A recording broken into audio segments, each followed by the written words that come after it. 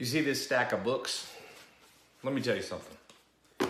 This one, Flow, Inheritance, Crossing the Chasm. Let me tell you something about making money and more importantly about life in general. It's all about the fundamentals. Everybody gets real fancy. I had somebody visiting me for a few days that wanted to make a lot of money, trying to make a lot of money in business. And I said, it ain't gonna happen. Not in your current state because you don't understand the fundamentals. It's just like in sports. You want to be good at basketball, you got to be good at the fundamentals. Michael Jordan was fundamentally sound. Wasn't as fancy as you think. Was fancy at times, but here's the deal. You want to make money?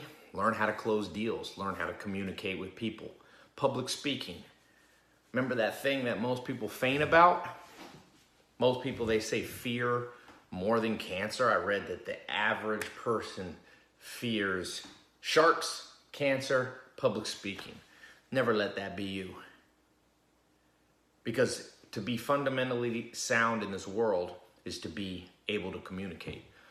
You're not going to get a good job. You're not going to start your own company. You're not going to close deals. You're not going to get sales. You're not going to build passive income. You're not going to build multiple streams of cash flow if you don't have that fundamental.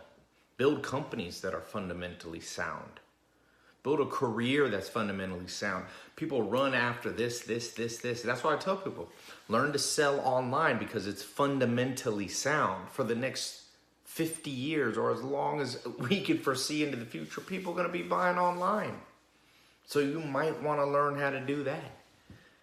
You know, build a funnel, build a website, build a compelling offer, build an email list, build a content marketing strategy, build social media, build a following, follow the 3 T's, teach, tailor, take control, understand authority, understand psychology. Why do I read books? To become more fundamentally sound, not to become fancier. And we live in a world of ever-increasing confusion about what it takes. When I was broke, when you're broke, it always comes down to one thing. You suck at the fundamentals. That's all. People are waiting. People are waiting for the economy to turn around. People are waiting for presidents. People are pointing to economic structures. I got in an argument with somebody who is a socialist living in England. I said, socialism is not fundamentally sound. The ironic thing is she lives now in Costa Rica because she can't afford to live in London. I said, fundamentally, when you tax people, you just redistribute money. You don't create new money. Government doesn't create new ideas. It doesn't create wealth.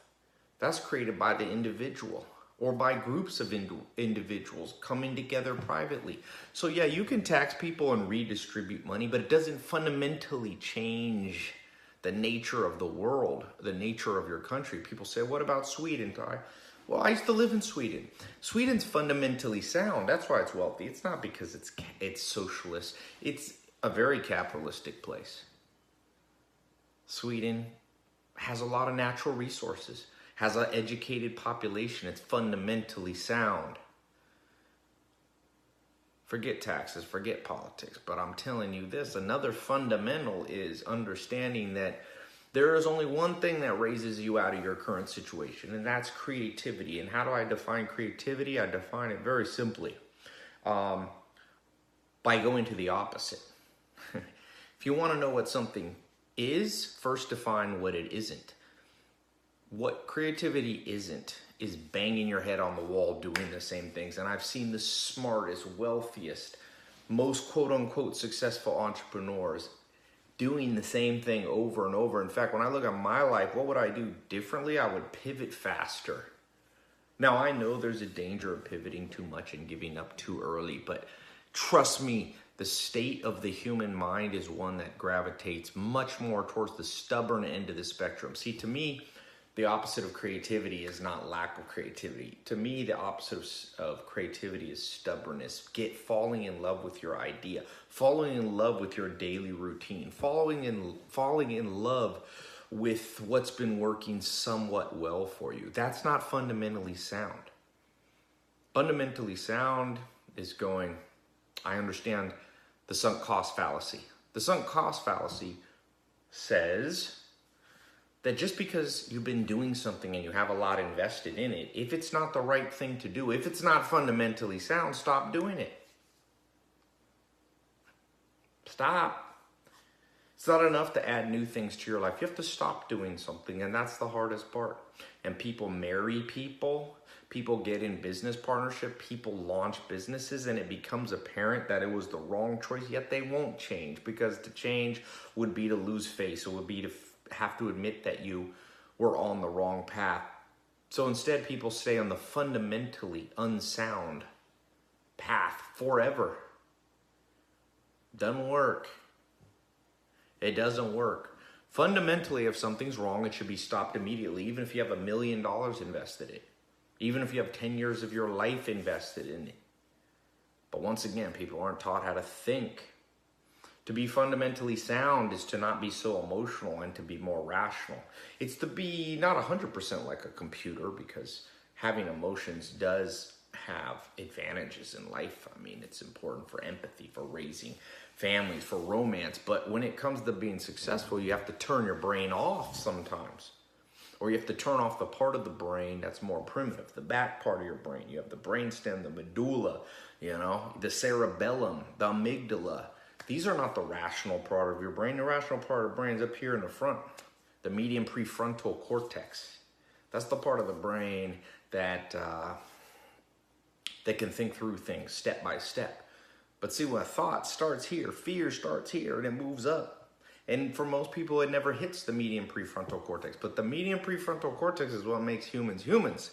It's what makes us arguably above the animals, although sometimes we're not really above the animals. And that's because we operate so often back here.